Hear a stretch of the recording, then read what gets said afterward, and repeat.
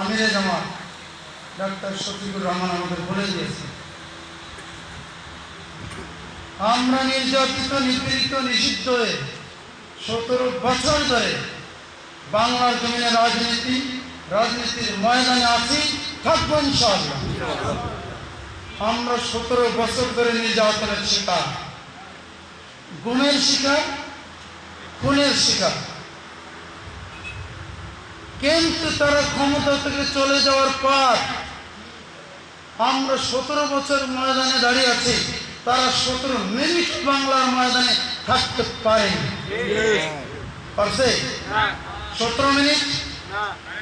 আমার 14 নম্বর ওয়ার্ডের নেতৃবৃন্দ যারা আছেন, খুনি স্বৈরাচারী সরকারের দোষর, তাদের হুঁশিয়ার করে বলে দিতে চাই, 17 বছর নয়, কত 17 বছর যাবে, তারপরে স্বপ্ন দেখবেন, তার আগে নয়।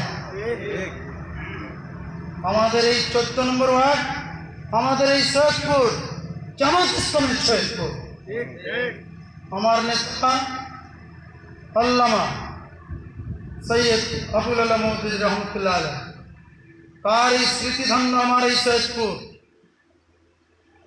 সৈয়দপুরকে আর খুনি স্বৈরাচারীদের হাতে তুলে দিতে আমরা কি পারি?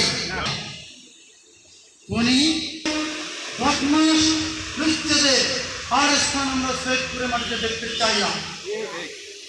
আজকে রাতে কোনো ষড়যন্ত্র সৈয়দপুরের মানুষ মেনে নেবেন, বিশেষ করে 14 নম্বর ওয়ার্ডের কোনো মানুষ আর এই কথা বিশ্বাস করে না যে ভোট ডাকাতদের স্থান আমরা জানি।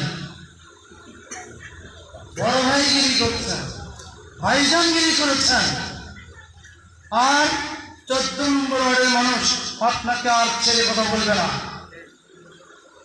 14 নম্বর ওয়ার্ডের মানুষ আজকে ঐক্যবদ্ধ হয়েছে জামাত ইসলামীর পতাকা করে। আমরা আল্লাহর আইন চাই, সৎ লোকের শাসন চাই।